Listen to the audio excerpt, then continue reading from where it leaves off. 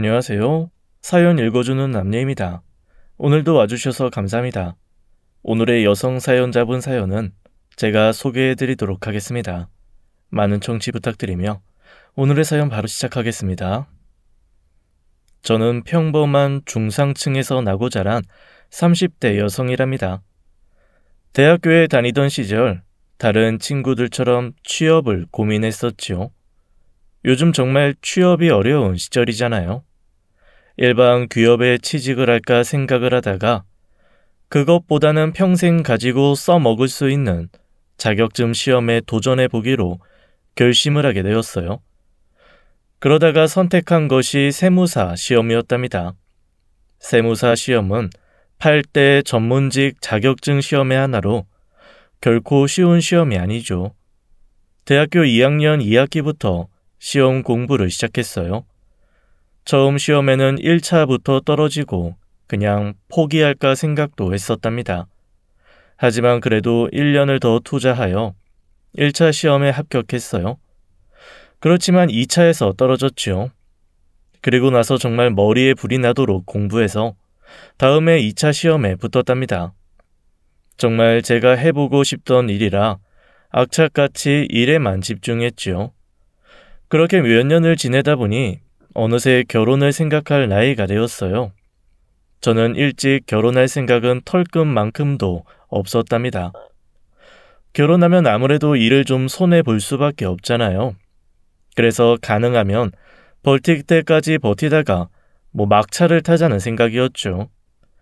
세무사로서의 능력도 인정받았고 다른 사람들이 부러워하는 높은 연봉을 받았죠. 사실 이 상태로 혼자 살아도 전혀 불편한 일은 없겠다는 생각이 들었어요. 친구들 결혼식에 갈 때마다 새하얀 웨딩드레스가 잠깐씩 부럽긴 했지만 웨딩드레스 안 입는다고 죽나요? 저는 결혼에 대해서 이런 생각이었답니다. 그러나 저희 부모님의 입장은 달랐죠. 제가 전혀 결혼에 대해 신경을 안 쓰고 일에만 열중하자 집에는 비상이 걸렸어요. 엄마가 우선 안달을 시작했답니다. 같은 일 하는 사람 중에 마음에 드는 사람이나 데이트하자는 사람 없니? 인물도 예쁘게 낳아놨는데 왜 남자친구 하나 변변히 사귀질 못하는 거냐? 그건요, 내가 그런 일에 전혀 관심이 없어 보이니까 사람들이 아예 접근을 안 하는 거라고요. 저는 이 상태가 편해요. 그만큼 일이 재미있었고 따라서 다른 일에는 신경 쓰고 싶지 않았답니다. 엄마가 사방에서 아는 사람들을 통해 선자리를 주선하기 시작하셨어요.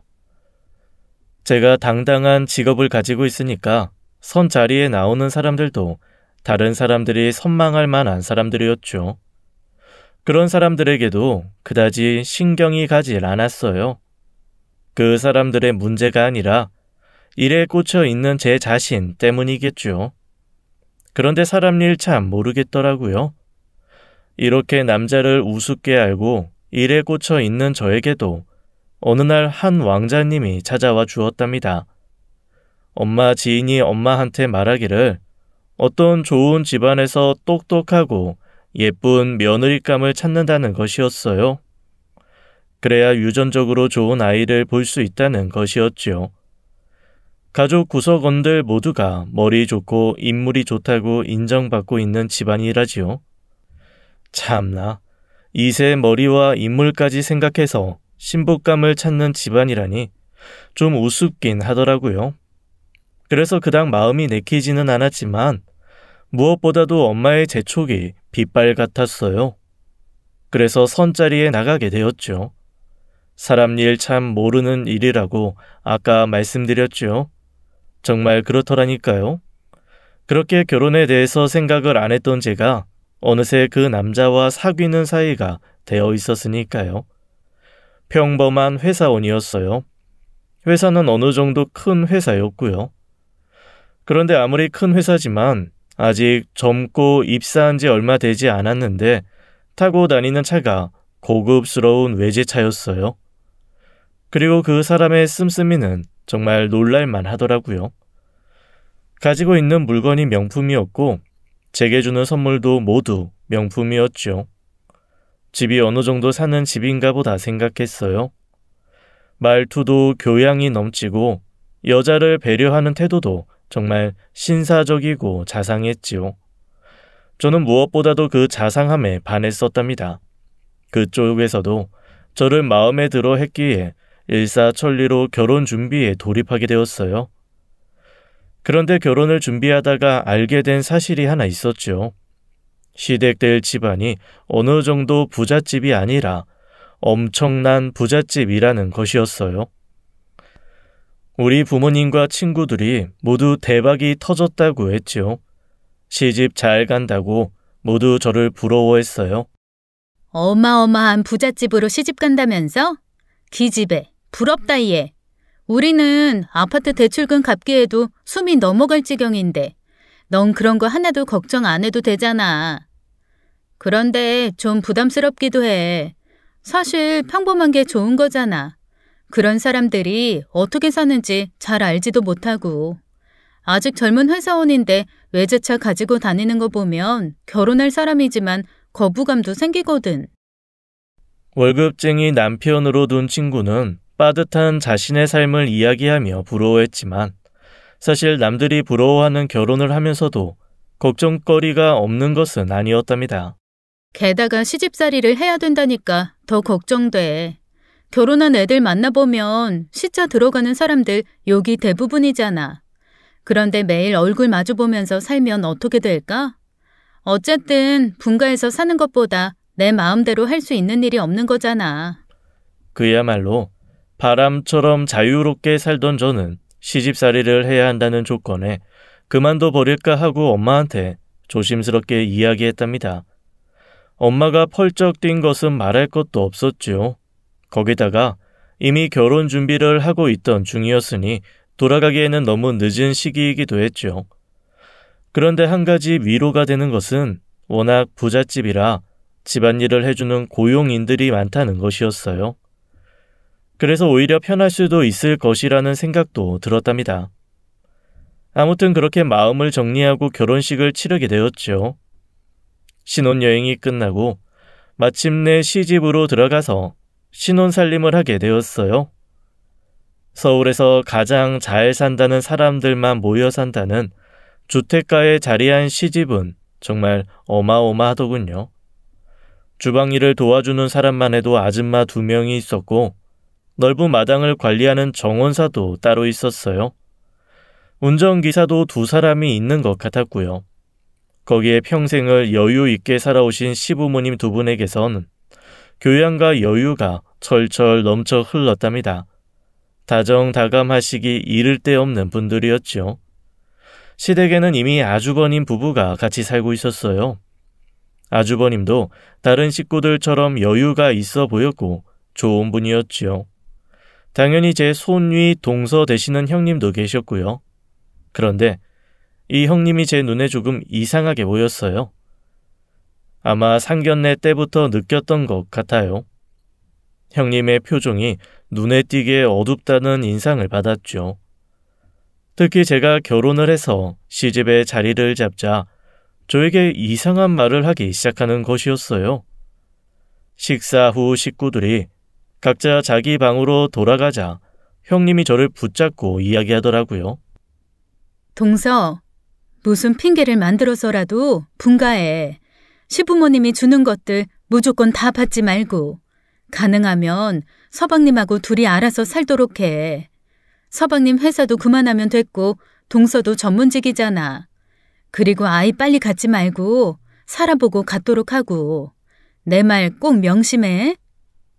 아무것도 부족할 것 없어 보이는 시집에서 어두운 분위기로 속삭이듯 말하는 형님의 말이 그다지 신빙성 있게 들리지 않았답니다. 오히려 형님의 그런 말들이 거북했어요.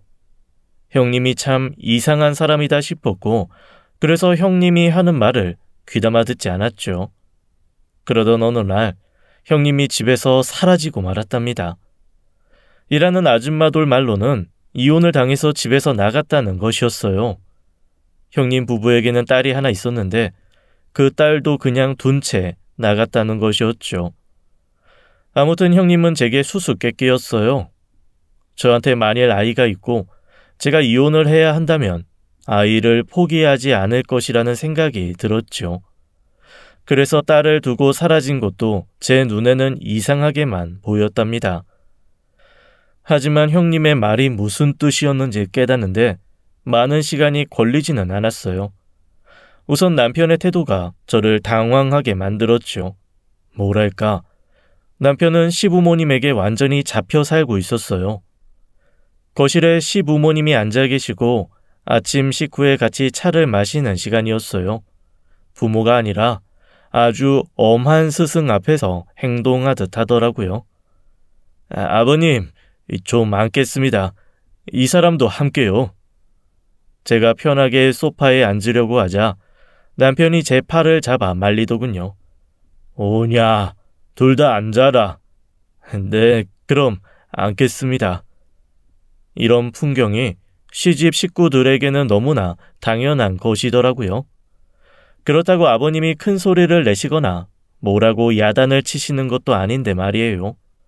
어느 날 시아버님이 운영하시는 회사의 별관이 오픈하는 날이었어요.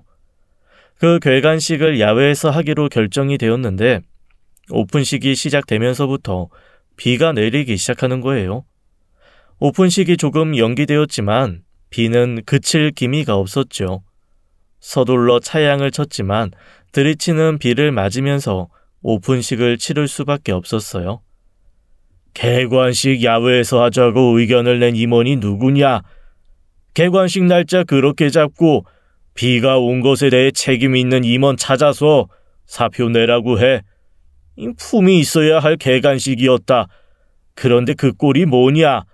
비 내린 거에 책임 있는 임원 당장 찾아서 사표 내라고 하라니까.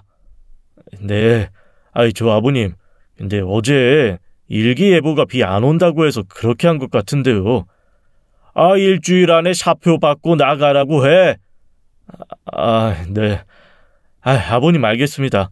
바로 얘기해서 사직하라고 하겠습니다. 그럼 아버님, 아무 심려 마십시오. 세상에, 날씨를 누가 어떻게 책임질 수 있나요? 분명히 일기예보에 비가 안 온다고 해서 야외로 잡은 행사였어요. 요즘에도 이런 집안이 있나 싶더라고요. 여기까지는 일단 남편과 시아주버님이나 관련된 사건이니까 그렇다 쳐요. 하지만 다음부턴 얘기가 달라졌죠. 저까지 관련되어 있는 일이었으니까요. 우리는 결혼하면서 아이는 좀 천천히 갖기로 합의를 했었어요. 안 한다고 고집을 피우다가 한 결혼이었지만 많이 늦은 결혼은 아니었기에 신혼생활을 좀 즐기다가 아이를 갖기로 한 것이었죠. 그런데 이 합의도 시아버님의 말씀 한마디로 간단히 파기되어 버렸답니다. 너희들 결혼했으니 이제 아이 빨리 가져야지. 손이 많은 집안 아니란다. 그러니 얼른 아이 갖도록 해. 새아기 네가 노력해야 할 게야. 여보, 새아기 보약이라도 한 재 지어 먹어요. 어머님이 그러겠다고 말씀하시고 남편도 재빨리 아버님의 말씀에 동의했어요. 네, 아버님. 말씀대로 빨리 아이 갖도록 노력하겠습니다. 조금만 기다려주세요. 그날 우리 방에서 가벼운 부부싸움이 벌어졌죠.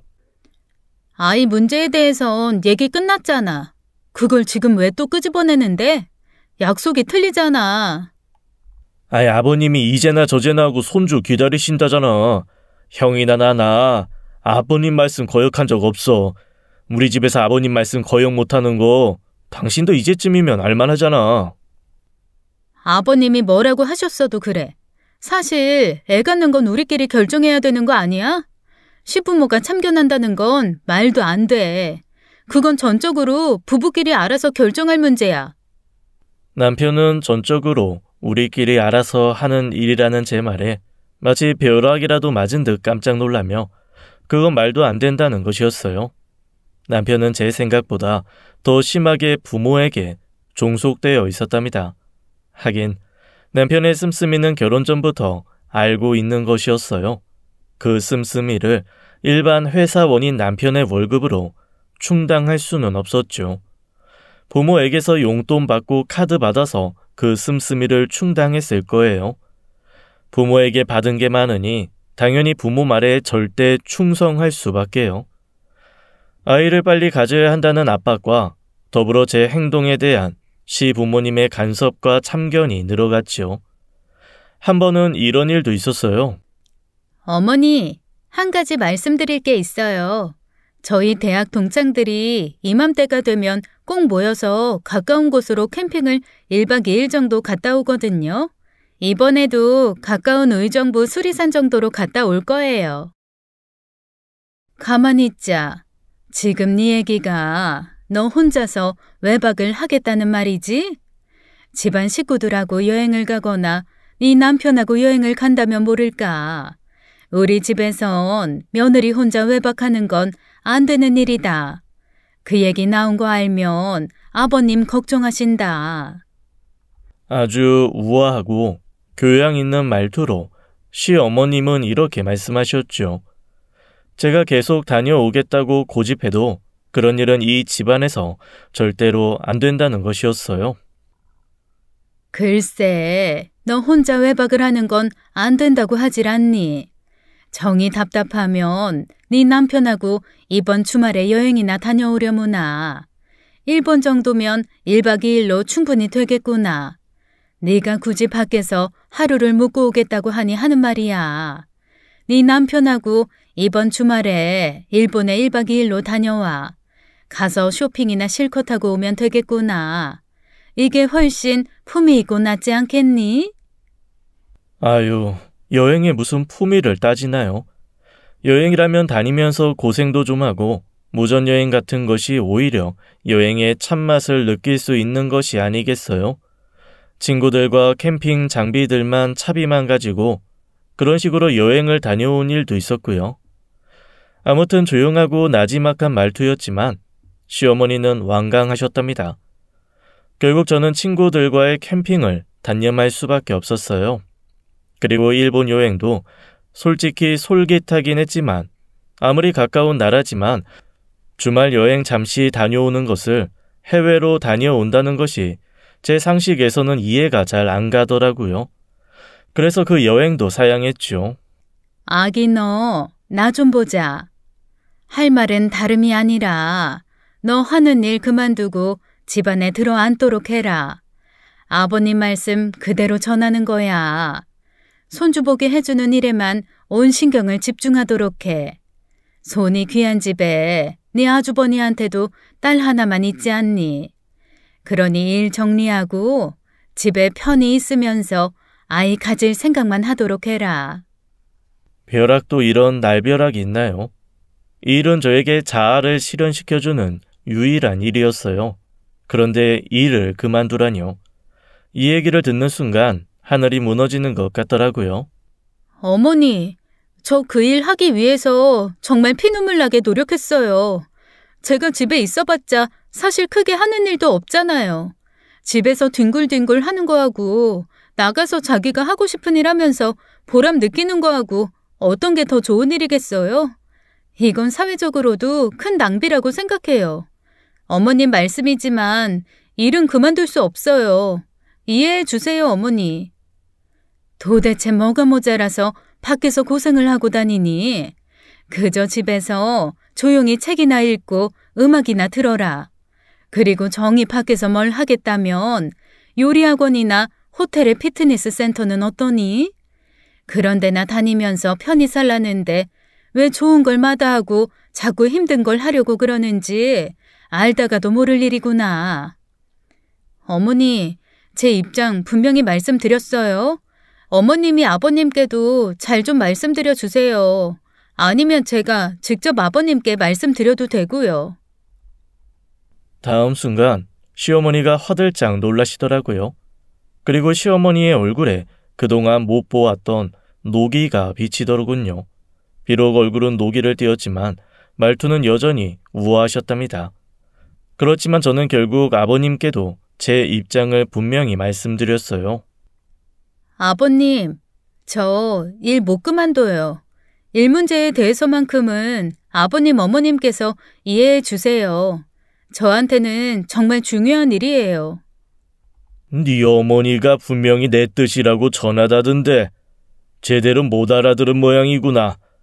네 남편이 결혼 전에 말 안 하든 우리 집이 어떤 집안인지, 우리 집안 여자들 중에 바깥 활동하는 사람 없다.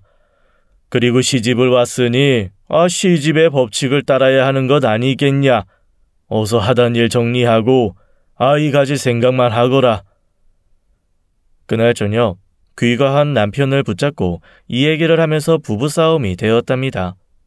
시어머니의 말씀과 남편의 말이 하등 다를 게 없었거든요. 차라리 분가를 하면 어떠냐고 하니까 남편이 마치 천장을 뚫을 듯 펄쩍 뛰더군요. 일련의 사건들을 통해서 이 집안에 대한 분위기 파악이 좀 더 확실히 되었답니다. 이 집안에서 아버님의 말씀은 곧 신의 명령이자 법이었어요. 결코 어길 수 없는 것이었죠. 이를 그만둘 수 없다고 버티고 있다가 하도 답답해서 친정에 전화를 걸어서 친정 엄마에게 하소연했지요. 엄마, 나 정말 시집 잘못 왔어. 내가 그 일을 하려고 얼마나 힘들게 노력했는지 엄마도 잘 알잖아. 근데 그걸 그만두래. 그런데 시부모님이나 이 사람이나 똑같아, 엄마. 그래서 요즘 거의 매일 싸움이야. 시어른들께 잘 말씀드려봐라. 따지듯이 하지 말고 조곤조곤 일을 계속해야 하는 이유를 말씀드려. 무지한 분들 아니니 알아들으실 거야. 우리 시부모님, 무지한 분들 절대 아니죠. 그런데 말이에요. 무지하지 않은 분들이 더 설득하기 어려운 거 아세요? 그만큼 많이 배우고 많은 것을 알기에 자신들의 생각이 옳다고 요만큼의 의심도 없이 믿어버리는 사람들. 우리 시부모님들이 바로 그랬어요. 바로 다음 날 아침에 시어머님이 아이를 갖는데 좋도록 몸을 보호하는 귀한 보약이야며 저에게 들고 오셨더라고요. 그날뿐만 아니라 매일 아침 출근 시간만 되면 제 방에 오셔서 저를 붙잡고 이 집안 여자로서 어떻게 처신해야 하는지 마치 중전 마마처럼 품위 있게 저를 설득하시고 가르치셨죠. 또 이제 곧 아이를 가지려고 준비하는 사람은 이래야 한다, 저래야 한다 하시면서 은근히 출근을 방해하시는 것이었어요. 저는 보름 이상 출근 투쟁을 벌이다가 그만 백기를 들고 말았죠. 일을 그만두겠다고 시부모님께 말씀드렸어요. 네가 이 집안에서 할 일이 없는 게 아니야. 집안 모임도 많고 나나 네 어머니가 가야 하는 모임에 네가 같이 다녀야 할 곳이 많다. 그 모임에 다니는 것도 시간이 벅찰 거야. 네가 하던 일 한다는 사람들하고 너는 이제 클래스가 달라. 사람들이란 다 클래스가 비슷한 사람끼리 모여야 하는 거다. 우리 집 사람이 됐으니 이제 우리 집 사람들 클래스에 맞춰 살아야지. 아버님, 저는 사람들이란 다 비슷하다고 생각해요. 어울려도 되는 사람이 따로 있는 건 아니라고 봐요, 아버님. 더구나 일로 만난 사람들 사이에 무슨 그런 걸 따져요? 제가 여기까지 말했을 때 시어머니가 어디선가 나타나셔서는 제 손을 잡고 어서 제 방으로 가자고 재촉을 하시더군요. 제 방에서 시어머니는 제게 시아버님의 말에 말대꾸한 것에 대해서 다시는 그러지 말라고 하시더군요. 이번 일만큼은 특별히 아버님께 어머님이 잘 말씀드려서 제가 걱정 들을 일이 없게끔 해주시겠다는 선심도 쓰시면서요. 그러니까 뭔가요?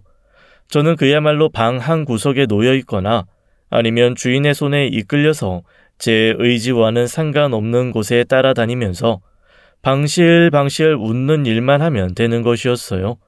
그야말로 집안의 엑서셀이었지요. 이제야 집에서 떠난 형님의 말이 실감나게 닿아오더라고요. 일을 그만둬야 한다니 저한테는 그냥 껍데기만 남는 것 같더군요. 시댁에서 허락하는 시간에 쇼핑이나 하고 나머지 시간에는 할 일도 없이 방 안에 멍청하게 있는 일이 계속되었어요. 그리고 시부모님의 지인들 모임이나 친척들의 모임에는 반드시 참석해서 그저 가만히 앉아 있다가 오는 일이 반복되었답니다. 모임에 저를 데리고 나가면서 시어머님이 어른들 말씀에 끼어들지 말고 조용히 앉아 있기만 하라고 언지를 주셨죠. 당당한 커리어 우먼을 꿈꿨던 과거의 저는 어디로 갔는지 사라지고 없었어요. 마치 제 인생이 모두 지우개로 지워졌다는 느낌을 떨칠 수 없었답니다. 그리고 액세서리 주제에 무슨 할 말이 그리 많겠어요. 이혼하고 집을 떠난 형님이 차라리 부럽더라고요. 그리고 형님이 한 말이 다시 뇌리를 스쳤어요. 일을 그만두고 앉아서 남편이 퇴근할 시간만 기다리는 생활. 거의 살아있는 것 같지 않았지만 그래도 어떻게 사라지더군요. 그러던 중 갑자기 몸에 이상이 있음을 알았답니다. 세상의 모든 물체가 냄새를 풍기는 것 같았어요. 사람은 물론이고 집안의 가구들까지도 하나하나 다른 냄새를 풍기더군요. 구토가 솟구쳤고 하루에도 몇 번씩 구토 때문에 화장실에 드나들어 했죠. 눈치 빠른 시어머님이 저를 데리고 병원으로 갔고 거기서 임신임을 확인하게 되었어요. 갑자기 제가 집안에서 귀한 몸이 되었죠.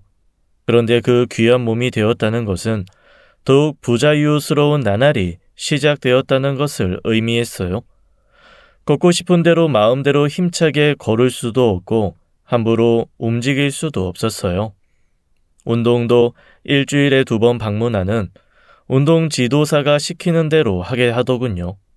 그리고 첫 아이라 그런지 입덧이 매우 심했어요. 임산죽의 용봉탕에 정말 예전에는 구경도 못했던 음식들이 제 앞에 차려졌지만 그 아무것도 먹을 수가 없었어요. 아들만 나 안겨다오. 세상에서 원하는 거 뭐든지 다 갖게 해줄 테니까 말이다. 꼭 아들 낳아야 한다. 시아버님, 시어머님이야 옛날 분들이니 아들 타령을 하실 수도 있겠지만 남편도 한몫 거두른 데는 정말 기가 막히더군요. 당신이 만약 아들 낳으면 지금까지 하고는 아마 대우가 달라질걸. 우리 집안에 원래 딸만 많고 아들이 귀한 편이거든. 지금도 봐. 임신하고 아직 출산도 안 했는데 얼마나 예전하고 다르게 대해시는지 말이야. 우리 어머니도 아들 2 내리 낳으셨기 때문에 모든 친척들이 우리 어머니 크게 대접하는 거라니까. 그래. 나는 그저 아들이나 낳는 것밖에 이 집안에서 다른 역할 할 게 뭐가 있겠어? 어른들이 그러시는 건 백보양보해서 그렇다 쳐도 당신까지 그러는 건 정말 늑다리 같아. 그런 말 할 거면 나한테 말 시키지 마. 마음 편하지 않은 임신 초기가 약간 지났을 무렵 이제는 태아의 성별을 구별할 수 있는 시기가 되었죠. 그런데 아이는 시집에서 그토록 원하는 아들이 아니라 딸이었답니다. 아기 너 당분간 2층에서 내려오지 말고 거기서 태교에 집중해라. 그리고 어쨌든 임신 중이니까 모임에는 덜 참석할 수 있도록 할 테니 집에만 있어도 된다. 다른 일은 몰라도 운동 지도사는 계속 방문하도록 해주마.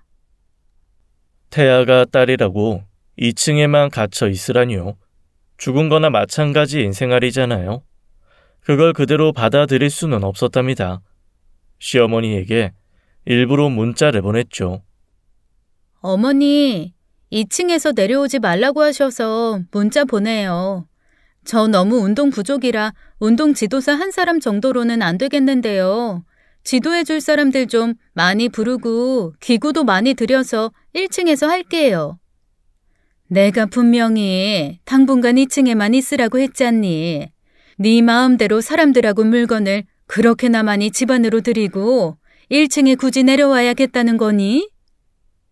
바로 이거죠.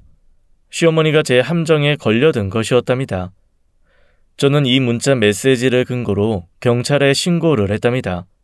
경찰에다가 2층에 제 의지와 관계없이 갇혀 있노라고 했어요. 경찰이 출두했고 집안에서는 그야말로 난리가 났죠. 그날 저녁 남편하고 그때까지 제일 큰 부부싸움이 또 벌어졌답니다. 감히 당신이 어머니를 경찰에 신고를 해? 아버님 지금 보통 노하신 게 아니야. 어머니 말씀이 당신하고는 당분간 말도 하기 싫으시다니까. 내일 아버님이 용서하실 때까지 무릎 꿇고 아무 소리 말고 빌어. 며칠이 걸리든 상관없으니 아버님께 빌라고. 저는 남편의 이런 말에 코웃음을 쳤어요.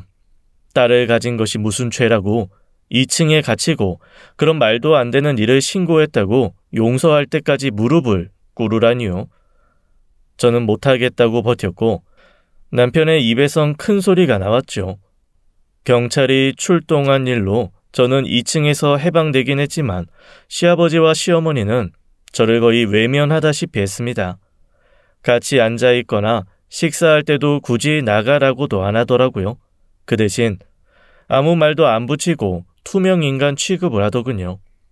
그렇게 힘든 10달이 지나서 출산을 하게 되었죠. 첫 아이라 난산이었지만 아이도 저도 건강했어요. 며칠 후 아이를 안고 집으로 왔답니다. 아버지, 어머니, 저희 왔습니다. 아유, 그래. 고생은 많이 했다만. 아직 너희들 젊으니 그냥 여기까지만 하련다. 어서 올라가서 쉬어라. 대놓고 뭐라고 하지는 않았지만 막 임신했을 때와는 다른 대우가 여전히 계속되었죠. 경찰에 신고까지 당했으니 2층에만 있으라는 말은 안 했지만 시어머니도 머리를 쓰더라고요. 제가 1층으로 내려가기 전에 가정부 아주머니가 제 식사를 가지고 올라오는 것이었죠. 세댁, 여기 아침상 차려왔어요. 우리 부르면 필요한 건 뭐든지 가져다 줄게요. 미역국 충분히 떠왔지만 더 먹겠으면 내선 전화로 불러요. 태아가 아들이냐 딸이냐를 결정하는 것은 생물학적으로 남자에게 달려있죠. 우리 시집 식구들은 다 좋은 집안에서 좋은 교육을 받은 사람들이었어요. 그런 생물학적 지식이 없는 사람은 하나도 없었죠. 그렇다고 태아의 성별을 남자가 결정할 수 있나요? 그거야말로 하늘의 뜻이겠죠. 아이, 정말 짜증난다. 가능성 반반인데 왜 그 반을 왜 못 맞히냐고. 집에 들어와서 앉아있는 게 가시방석이야. 말투가 마치 제 탓이라는 것 같더군요. 지금 내 탓을 하는 거야? 그런 정도의 생물학적 지식도 없어? 남편이 부모님한테 꽉 잡혀 있다는 것이야 이미 잘 알고 있는 일이었어요. 남편이나 부모님이나 행동이나 말이 별 다른 것도 없는데 말해봤자 싸움이나 나죠. 저는 여기까지 말해놓고 그냥 등을 돌리고 누워버렸답니다. 아이를 낳고 조금 시일이 지나고 나자 시부모님의 모임에 다시 불려나가게 되었어요. 시부모님의 일 때문에 모이는 모임이나 가족 모임에 일주일이면 적어도 서너 차례 불려나가 했답니다. 주말에도 제 시간이 없었죠. 일을 아직 하고 있을 때는 아직 업무가 끝나지 않았는데도 기사가 차를 가지고 와서 저를 거의 억지로 데리고 나간 일도 있었어요. 도대체 무슨 모임이 그렇게 많고 집에는 또 무슨 손님이 그렇게 많은지요. 여기에다 시의 아버지는 이제 제게 개인적인 심부름도 시키기 시작하셨어요. 집안에서 하는 일의 사무에 관한 일인 모양인데 결코 제가 하고 싶은 일은 아니었죠. 제 성격에 맞을 리도 없는 일들이었고요. 거기다가 남편까지 내 편이 아니라 절대적으로 남의 편인 이 집안에서 저는 사람다운 생존의 길을 제 스스로 찾아야 했죠. 딸을 낳은 후 계속되는 소리 없는 무시와 겉으로는 교양과 우아함으로 가득했지만 결코 생산적이지 않은 그 모임들에 참석하는 일, 우선은 그 두 가지 일과 싸워야 했어요. 그러기 위해서는 어쨌든 집안에서 좀 떨어져 있어야 한다는 결론에 도달했지요. 아침 식사가 끝나고 거실에서 차들을 마시고 있는 시부모를 향해서 저는 제 입장을 당당히 선포했습니다. 저 일 다시 나갈 거예요. 저도 살아있는 것처럼 살아야겠다 싶어서요. 제가 무슨 집안에 있는 가구나 장식품도 아니고요. 일을 시작하면 같이 가드려야 하는 모임도 거의 못 나가요. 제 말 무슨 말씀인지 아시리라 믿습니다. 당연히 집안이 발칵 뒤집혔지요. 시어머니가 크게 당황하시는 모습이 역력했고 시아버지는 뒷골이 당기시는지 뒷목을 잡고 차마 뭐라고 말씀을 못하시더라고요. 저는 이렇게 일방적으로 선언해놓고 2층에 제 방으로 들어가 하루 종일 누워서 음악을 듣고 책을 읽으며 시간을 보냈어요. 더 무서울 일도 두려울 일도 제게는 없었답니다. 이건 생존의 문제였어요. 해도 되고 안 해도 되는 문제가 아니었죠. 이런 걸 보고 이판사판이라고 하나요? 아무튼 그런 심정이었답니다. 일을 다시 하겠다고 일방적으로 선언했다면서 우리 집안에서 그게 가상키나 한 말이야? 이제 뭐 막 나가자는 거야 뭐야? 그날 퇴근한 남편이 저에게 심하게 따지더라고요. 그래, 막 나가는 거다 왜? 나는 당신 집안 사람들하고는 달리 교양도 없고 우아하지도 않은 사람이라 이렇게 막 나가. 그리고 당신 분명히 선택해. 나야 당신 부모님이야. 둘 중 하나 분명히 선택하라고. 남편이 일말의 망설임도 없이 대답하더군요. 그걸 지금 질문이라고 하는 거야? 부모님이 없이 내가 어떻게 세상에 있어? 당신은 부모 없이 어디 하늘에서 떨어졌어? 그리고 이렇게 좋은 환경 제공해 주시잖아. 남들 다 부러워하는 환경에서 뭐가 그렇게 불만이 많아? 2번만 더 좋은 환경이었다가는 생사람 잡겠네. 그렇지. 당신한테야 부모님이 우선이겠지. 당신한테는 이 환경이 좋은 환경일지 몰라도 난 이렇게 살려고 결혼한 거 아니야. 사람이 세상에 태어났으면 하고 싶은 일을 하면서 세상에 도움되는 게 사람다운 거지. 그렇지 않으면 그게 사람이야? 그냥 액세서리지. 밖에서가 아니라 집안에서 할 역할을 고민하라고. 작은 역할이건 큰 역할이건 이 정도 살 수 있도록 해주면 고맙게 받아들여야 되는 거 아니야? 그리고 우리한테 이렇게 살 수 있도록 해주시는 건 부모님이야. 그걸 몰라서 이러는 거야? 그래. 정원의 나무 한 그루나 액세서리도 자기 역할을 하는 거겠지. 말을 꺼낸 내가 미쳤지. 말 좀 교양 있게 못해? 액세서리건 뭐건 이 정도 안락하게 살게 해주잖아. 이 정도 되는 집안이 세상에 과연 몇이나 되겠어? 그런데 자꾸 액세서리가 시끄럽게 하는데 말이야. 그러면 액세서리 바꿔버리면 돼. 저는 남편의 집안이 부유해서 결혼한 것이 아니었어요. 결혼 준비를 할 때까지도 남편의 집안이 이렇게 부유한 것을 몰랐을 정도였죠. 연애할 때는 정말 성격도 잘 맞았고 서로 좋아했다고 생각했었답니다. 그런데 결혼 후에 남편은 결코 결혼 전에 제가 알던 그 남편이 아니었어요. 장롱 안에는 입지도 않고 쓰지도 않는 명품들이 한가득 있었답니다. 다 제 것이었어요. 아마 저것들만 다 팔아도 작은 집 한 채는 사지 싶어요. 하지만 이런 것들이 다 무슨 소용이겠어요? 가장 중요한 것은 부부간의 소통과 가정에 대한 생각이 비슷해야 하는 것 아닐까요? 한 사람에게는 가정이 너무나 소중한데 한 사람에게는 밥 먹고 잠만 자고 나가는 것이 가정이라면 그것이 얼마나 불행한 것이겠어요? 솔직히 이혼 생각이 처음이라면 거짓말일 거예요. 이혼이라는 단어가 머릿속을 스쳐 지나간 것은 여러 번이죠. 하지만 이번처럼 진지하고 심각하게 이혼을 고려하게 된 것은 처음이었어요. 이제 어떻게 하면 이 집안에서 벗어날 수 있을까를 고민하게 된 제 자신이 너무나 서러웠답니다. 그러던 중 정말 심란한 일이 한 가지 생겼죠. 으슬으슬 감기 기운이 좀 오래 가더라고요. 지피는 데가 있어서 병원에 가본 결과 임신임을 확인했어요. 시부모님과 남편은 정말 뛸 듯이 좋아하더군요. 예, 너 애가 졌다는 말 듣고 들어오는 사람이 얼굴이 왜 그러니? 어깨는 또 왜 그렇게 한풀 주저앉았고. 애를 품은 애미가 마음이나 태도가 밝아야지 원. 아무 생각 말고 몸조리나 신경 써라. 그리고 이번엔 꼭 아들 손주 보도록 기도하고.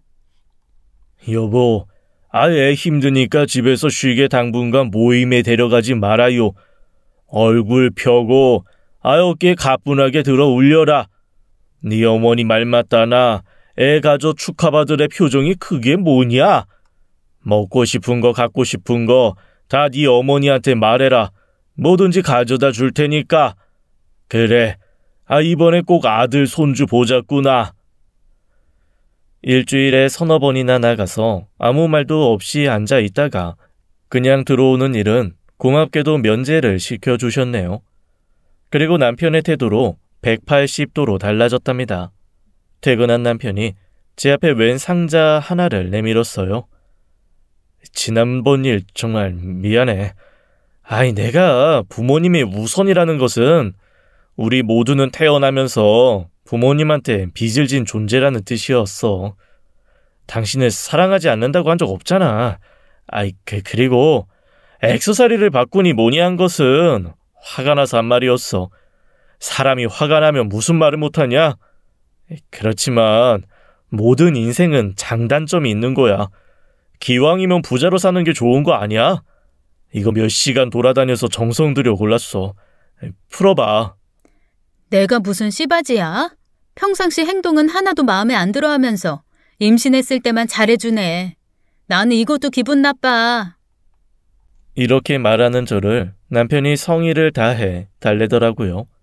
그리고 선물 상자를 열어보니 좋게 수백만 원은 할 것 같은 정말 해수의 조개에서 직접 채취한 것으로 보이는 징주 목걸이더군요. 옷장 안에도 잔뜩 쌓인 명품들, 비싼 선물도 반갑지 않았어요. 다시 시아버지, 시어머니, 남편 등 모든 식구들이 저에게 최고의 대우를 해주었어요. 이혼 생각을 굳혔을 때 생긴 아이라니 정말 생각이 깊어질 수밖에 없었답니다. 이혼을 강행하자니 아이들이 불쌍하고 결혼 생활을 이어가자니 이번에는 저 스스로가 불쌍했답니다. 친정에 가서 속풀이나 해야겠다고 생각했어요. 역시 시부모님에게 허락을 받아야 했죠. 시부모님이 이번에는 기분 좋게 허락해 주시면서 기사를 불러 저를 친정까지 태워주었답니다. 얼굴이 왜 그렇게 상했니? 부잣집에서 좋은 것만 보고 좋은 것만 먹고 살면서 이번에도 입덧이 심한 모양이구나. 아니야, 엄마. 이번엔 입덧도 거의 없어. 그렇다고 당기는 음식도 없고 흥미를 붙일 게 하나도 없어. 시댁에선 내가 아이를 가지니까 정말 좋아라 하는데 나는 어떻게 해야 될지 모르겠어, 엄마. 어떻게 하기는 어떡해. 몸조리 잘하고 10개월 잘 넘겨서 출산하고 아이 키우면 되는 거지. 온 김에 집에만 있지 말고 친구들 만나라. 친구들 만나서 수다 떠는 게 스트레스 푸는 데는 제일이야. 엄마의 말을 들으니 친구들을 못 만난 지도 오래되었다는 생각이 들더군요. 그래서 여기저기 연락을 해보았어요. 바로 나올 수 있는 친구들을 찾았고 그런 친구들이 모인 번개 모임이 되었죠. 친구들이 가볍게 한 잔 마시고 싶다고 하기에 저는 안주만 먹을 생각으로 제가 아는 한 와인바에 가게 되었어요. 아유, 부잣집에 시집 가더니 아주 집안 재미에만 빠져 사는 모양이구나. 친구들 모임에도 안 나오더니 갑자기 나오라고 먼저 전화를 해서 너무 반가웠어, 얘. 집안 재미? 나 그런 거 몰라. 사실 지금 나온 것도 허락받고 나온 거야. 친구들은 엄청난 부잣집의 생활이 어떤지 궁금해하는 것 같았어요. 그리고 제가 입고 있는 옷, 핸드백, 구두 등에 관심을 보였죠. 브랜드가 어디냐, 얼마 정도 하느냐 등등 저보다는 제 껍데기에 관심을 보이는 친구들 때문에 또 조금은 서러웠답니다. 그런데 저쪽 남자랑 여자 이 시간에 이렇게 오픈된 와인바에서 애정행각이 너무 진하다. 아유, 저럴 바에야 아예 호텔을 가지 와인바에 왜 오는지 몰라. 친구의 이 말에 저의 눈도 자연히 그 남자와 여자 쪽으로 갔죠. 친구의 말대로 남자가 여자의 어깨를 안고 있었고 진한 애정 행각을 벌이고 있었어요. 그런데 그들을 보는 순간 저는 너무나 화가 나서 손이 다 떨렸고 그 바람에 들고 있던 와인잔을 놓치고 말았답니다. 쨍그런 소리가 요란하게 와인바에 울려 퍼지자 그 애정 행각을 벌이던 커플도 우리 쪽을 바라보게 되었죠. 당신이 어떻게 여길... 일단 집에 가서 얘기하자. 우리 일단 갈게. 백주 대낮에 와인바에서 외간 여자와 애정 행각을 벌이는 것을 저한테 들키고도 남편은 그다지 당황하지 않았답니다. 그날 저녁 집에서 제게 말한 변명인지 뭔지도 황당하게 이를 데 없었어요. 아유, 그냥 잠깐 즐긴 것뿐이야. 그 이상 아무것도 아니라고. 그러니까 그거 가지고 바가지 긁거나 신경 쓰지 마. 미리 얘기해두지만 당신을 위해서나 나를 위해서나 그 얘기 안 하는 게 좋을 거야. 알았어? 정말 당당하더군요. 그만큼 제 분노는 더 하늘을 찔렀고요. 손에 잡히는 대로 물건들을 마구 남편에게 던져버렸답니다. 높이 위치한 2층이었지만 당장에 이혼하겠다는 제 고함 소리도 컸고 물건 부서지는 소리도 요란하니까 시어머니가 직접 올라와서 방 안에서 벌어지는 이야기의 내용을 파악했던 모양이더라고요. 그것도 다 남자 능력이라는 거다. 능력 없는 남자를 어디 여자들이 쳐다보기나 하니?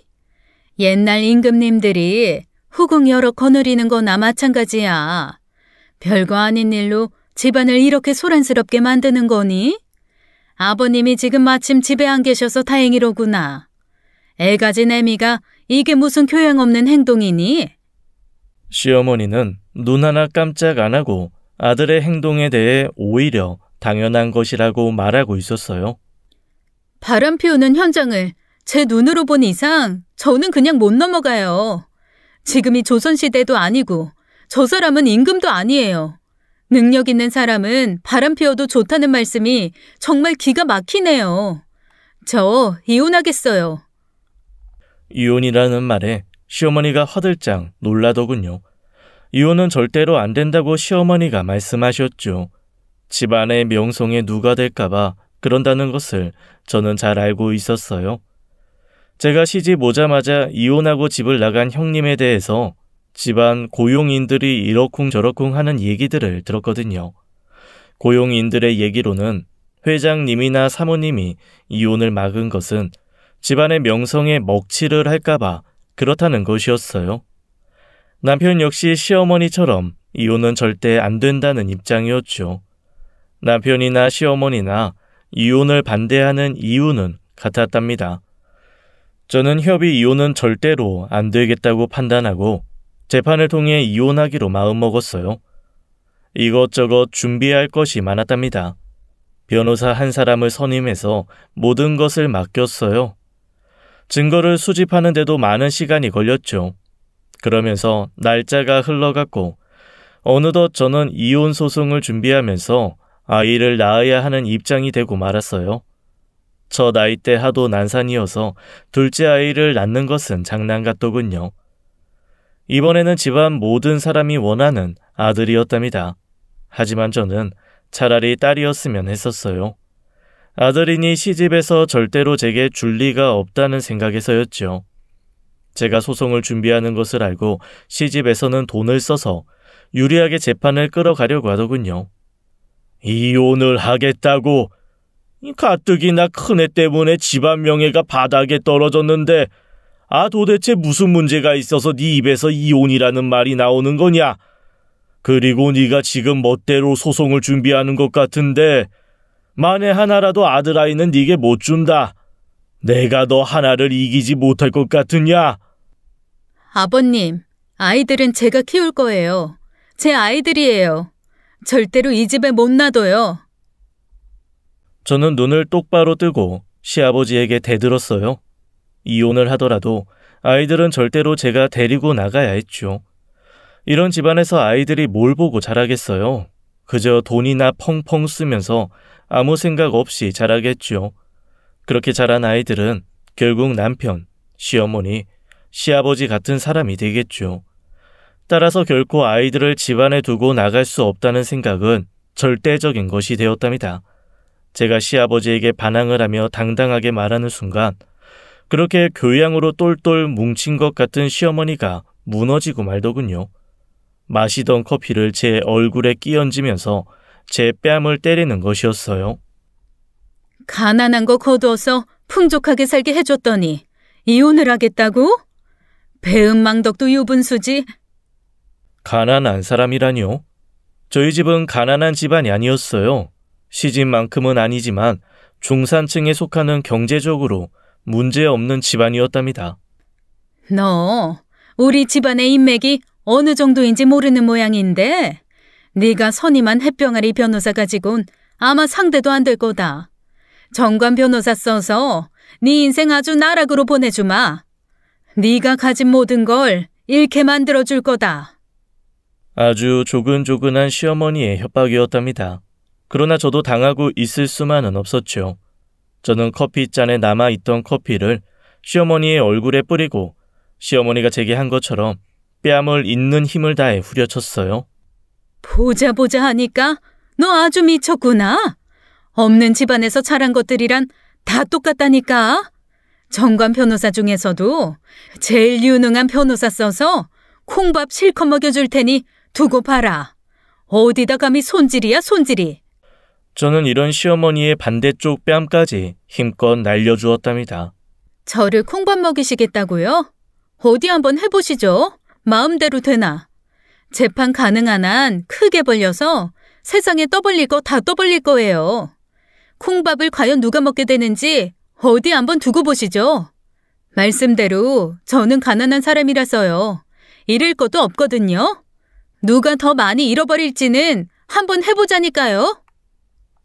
협박으로 이혼을 막을 수 있다고 생각했는지 시어머니와 시아버지는 제 얼굴만 보면 제 인생 완전히 망가뜨려 주겠다는 협박을 일삼았어요. 하지만 저도 멍청하게 무조건 이혼하겠다고 덤벼든 건 아니었답니다. 거의 10개월 동안이나 차근차근 준비를 했고 그간 저에게 유리한 증거를 모두 모아두었죠. 그 첫 번째 유리한 증거가 뭔 줄 아세요? 제가 시집 오자마자 시아버지가 저한테 개인적으로 심부름을 시켰다고 말씀드린 일 기억하시죠? 아버님이 비싼 미술품 법인 돈으로 사들인 다음에 작가한테 현금 다시 받아오는 식으로 탈세하는 거 제가 모를 줄 아세요? 저 이래봬도 세무사예요. 일이 앞으로 어떻게 진행되는지 두고 보시죠. 그 증거 제가 하나도 버리지 않고 모아두었으니까요.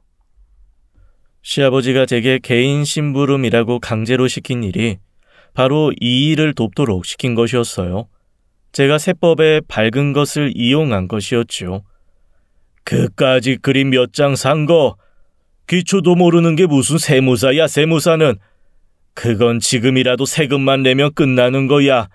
네가 말하는 증거 그거 아무짝에도 쓸모없는 것도 모르는 것이 잘난 척은. 시아버지가 당당하게 말하더군요. 시어머니 역시 시아버지의 말을 두둔하며 당당했지만 저는 시어머니와 시아버지가 이 일에 대해서 두려워하고 있다는 것을 알 수 있었어요. 떨고 있는 것이 눈에 보이더라니까요. 이 일을 다른 시백부님들에게 우선 다 알릴 거예요. 그리고 이 집안 재산에 가장 큰 지분을 가지고 계신 시조부님께도 아주 자세히 설명해 드리죠. 그래도 정말 괜찮으시겠어요? 얘가? 정말이지 보자 하니까 끝간데가 없구나. 어디다가 협박질이야?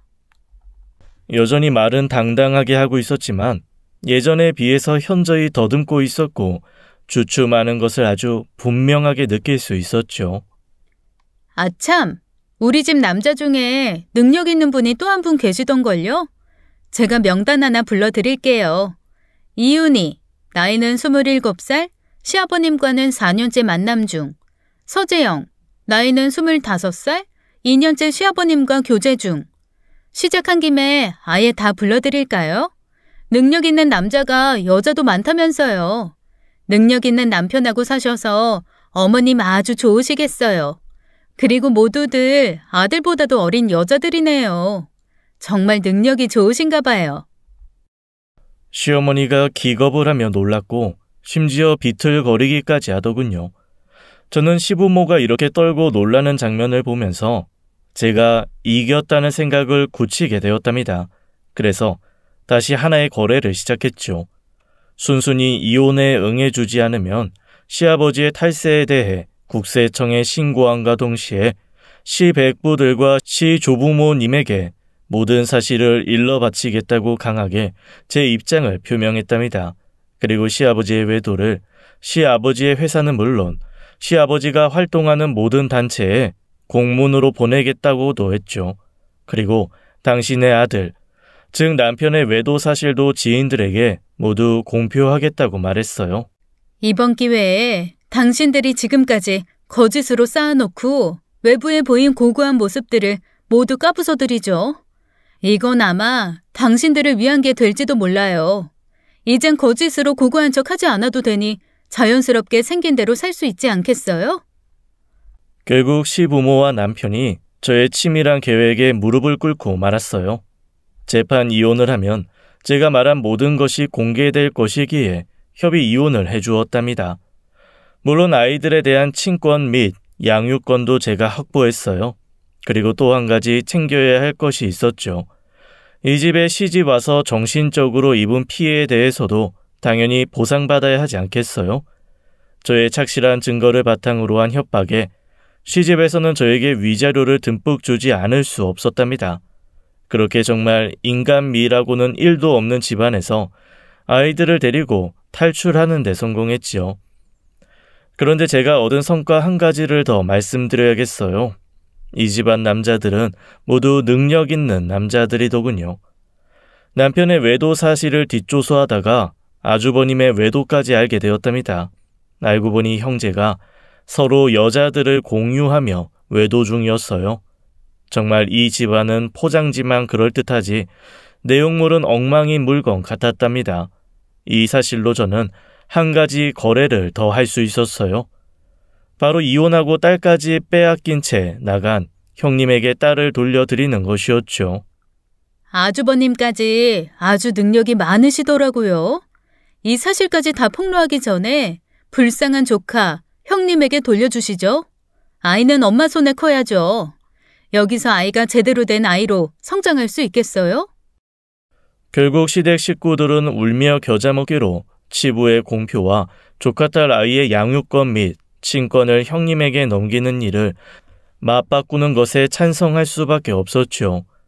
이런 것이 무수하게 많은 사람들이었어요. 그리고 이런 사람들은 욕심이 많지요.